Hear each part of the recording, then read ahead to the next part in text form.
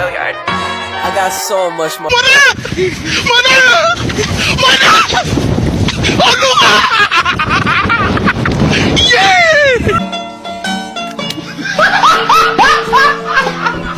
Are ya ready, kids? Aye, aye, Captain! I can't hear you. Aye, aye, Captain! Oh! Fucking design on right now. Break it down, bring it back, make it clap. I got 3 old thoughts, new block, where that thing. Bitches on my line, and you know. Assalamualaikum warahmatullahi wabarakatuh. Halo guys, perkenalkan nama saya Dina Nuraini dengan NIM 121170017.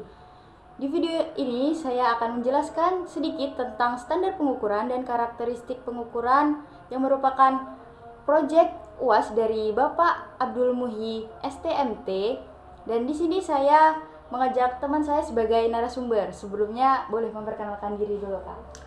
Oke, perkenalkan nama saya Dini Aristia dan NIM 121330022 dari Prodi Teknologi Industri Pertanian. Oke nih Kak, dari Prodi TIP itu pengukuran yang pernah Kakak lakuin itu apa aja, Kak?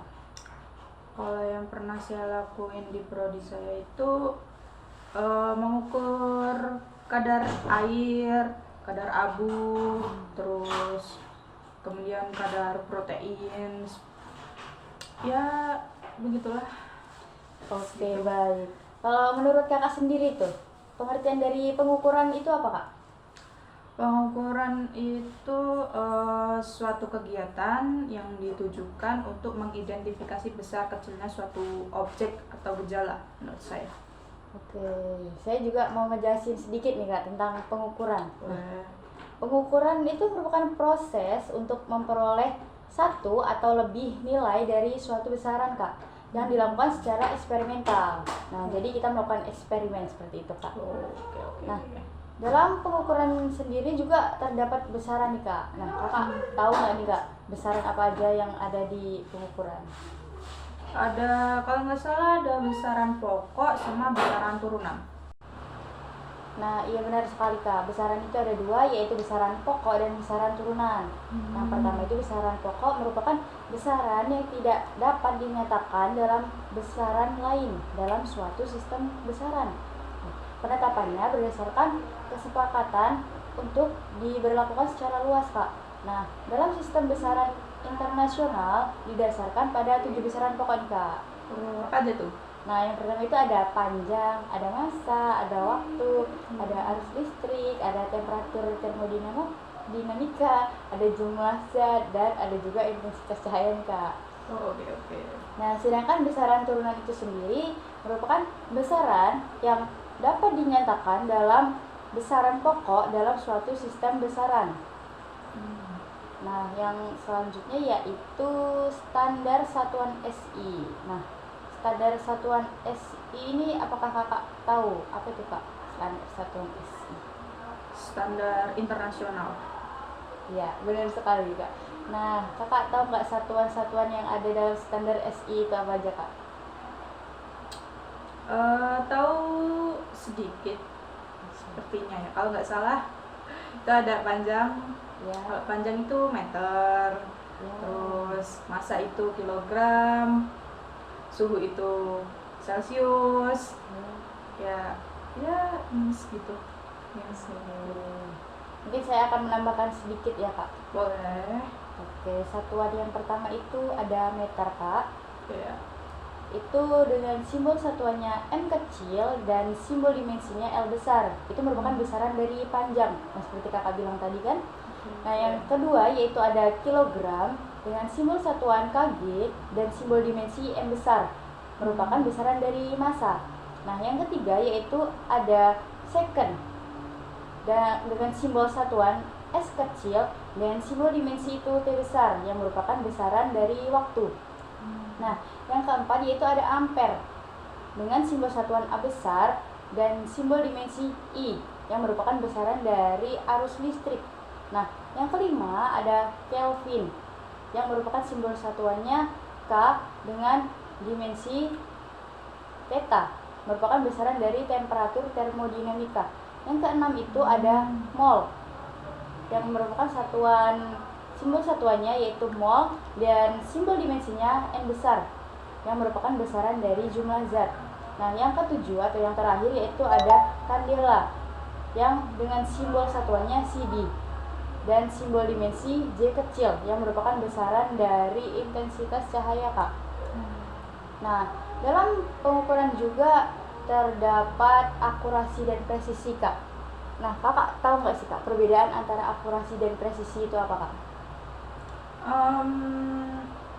Belum tahu sih. Apa itu, Kak? Oke, baik, saya jelasin nih, Kak, ya, Kak. Yang akurasi dulu, Kak. Nah, akurasi itu merupakan kedekatan dengan nilai sebenarnya, atau pengukuran dikatakan akurat apabila memiliki kesalahan pengukuran yang kecil. Nah, sedangkan presisi itu sendiri merupakan kedekatan nilai yang diperoleh dari pengukuran-pengukuran yang diulang pada objek tertentu dalam kondisi tertentu. Nah, yang selanjutnya itu selain presisi dan akurasi juga terdapat repeatability dan reproducibility. Apakah Kakak tahu tentang dua itu? Apa mungkin baru dengar? Baru dengar sih. Belum tahu. Oke, saya jelasin lagi ya, Kak, tentang repeatability dan reproducibility. Nah, untuk repeatability sendiri yaitu presisi dari pengukuran yang dilakukan dengan objek yang sama, lokasi yang sama, pada objek pengukuran yang sama, pada jangka waktu yang lama. Jadi dalam pengukuran ini kita tidak dapat melakukan pengukuran secara singkat, Kak. Jadi kita harus membutuhkan waktu yang lumayan lama untuk mendapatkan hasil nilai tersebut. Nah, sedangkan untuk reproducibility merupakan presisi dari pengukuran yang dilakukan di lokasi berbeda, operator berbeda, sistem pengukuran yang berbeda pada objek pengukuran yang sama.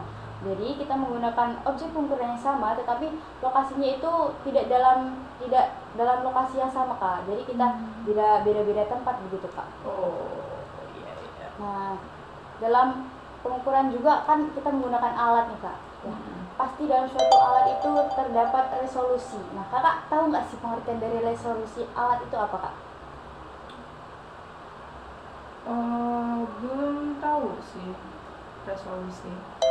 Oke, resolusi alat itu perbedaan terkecil yang dapat terbaca pada skala pembacaan alat ukur, Kak. Nah, dalam pengukuran juga kan kita tidak selalu benar nih ya, Kak. Pasti ada kesalahan-kesalahan lah. Ya, namanya juga manusia ya kan, Kak? Iya. Nah, Kakak tahu nggak nih, Kak, kesalahan atau error apa yang terjadi pada saat pengukuran? Mungkin kesalahan saat menghitung nilai hasil gitu, bisa salah lihat, salah apa ya, salah struktur mungkin gitu. Nah, bisa Kak. Nah, kesalahan pengukuran itu perbedaan antara nilai yang diukur dengan nilai sebenarnya atau referensi. Nah, kesalahan atau error sendiri itu dibagi menjadi dua, Kak, yaitu yang pertama systematic error atau komponen dari measurement error yang nilainya dalam pengukuran yang diulang akan tetap atau bervariasi, namun secara terprediksi dapat dikoreksi atau dikompensasi, Kak. Nah, sedangkan yang random error itu merupakan komponen dari measurement error yang nilainya dalam pengukuran yang diulang atau bervariasi secara tidak terprediksi, Kak. Nah, mungkin itu saja yang dapat saya tanyakan ke Kakak. Mungkin kalau nanti lain waktu kita ketemu bisa kita ngobrol-ngobrol lagi kan, Kak? Oke, terima kasih kepada teman-teman semua yang udah nonton video saya dan video kakaknya sebagai narasumber. Jika ada kesalahan, saya mohon maaf. Jika ada lebihnya, silakan diambil untuk teman-teman. Saya ucapkan terima kasih dan wassalamualaikum warahmatullahi wabarakatuh. See you. Bring it back, make it clap. I got 3 old thoughts, new guap, where that thing, bitches on my line.